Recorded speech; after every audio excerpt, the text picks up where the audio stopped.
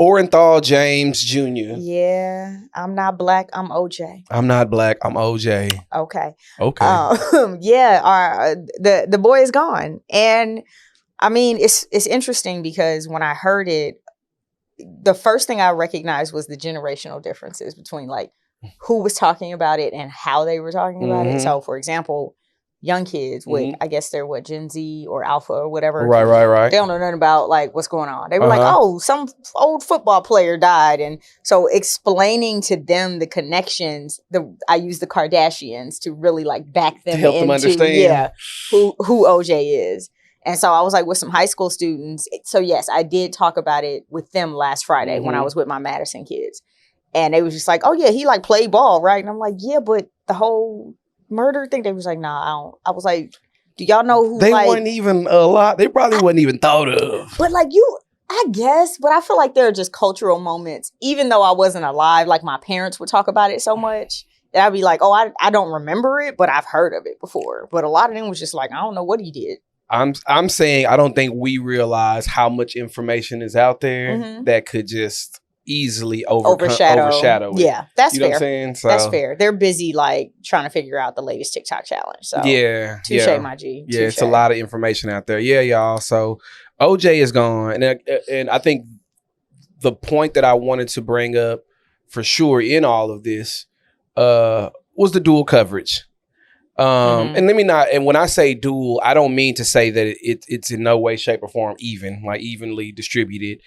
Let me give you an example. I felt like every mainstream media site wanted to cover the murder, the OJ chase, the Bronco, the trial. Yep.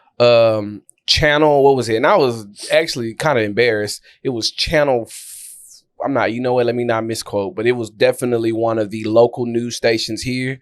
I just know Sean Rabb, Clarice Tinsley, and they the OGs, so no disrespect to them at all. I know they didn't write it up. But they, on the day of, they talked about his death. It was in the cycle, and they said, and this was again the weird shit. They said tonight from 7 to 9, we're going to replay our entire our entire coverage from 94, 95 of the chase. And it was like, just tune in to watch. And it was just like the white Bronco, all of that. I said that to say that if you had an idea of OJ, prior to, then I'm guessing that you already knew who you were. You already know what you like. You already know what you're into. But for those people who had no idea who OJ was, he's not going to be remembered. If they're watching that news station, he's not going to be remembered as a football player, as a star, as this. No, his only existence is wrapped up in the murder trial that he was found innocent of. Let's be clear. Yeah. And I hate that. I just don't like the idea. But and I'll say this, like I remember even before his death, when he got caught up with the whole thing in Vegas, right? And remember the judge that heard his case and ended up sentencing him. She made a statement that made me kind of look like, but it was a white woman, and she was just like, I want to be clear that your sentence has nothing to do with your previous case. Justice did what justice is supposed to do in that case. So what I'm about to tell you is not about, a previous murder trial or anything like that. And then she sentenced him to jail. And I remember thinking, like, why would you even say all of that if your sentencing has nothing to do with what happened to him or him getting off in the past? And not that I think it was an incredibly harsh sentence, but it was excessive for what it was. She wasn't like life in prison, right? But stealing your own shit back that someone had really taken from you.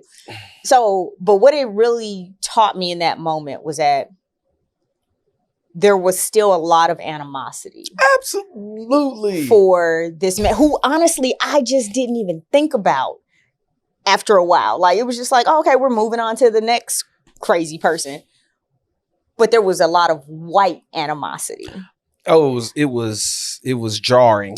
Yes, and here I don't know where this lady was. She was probably a judge back then because she was a little older.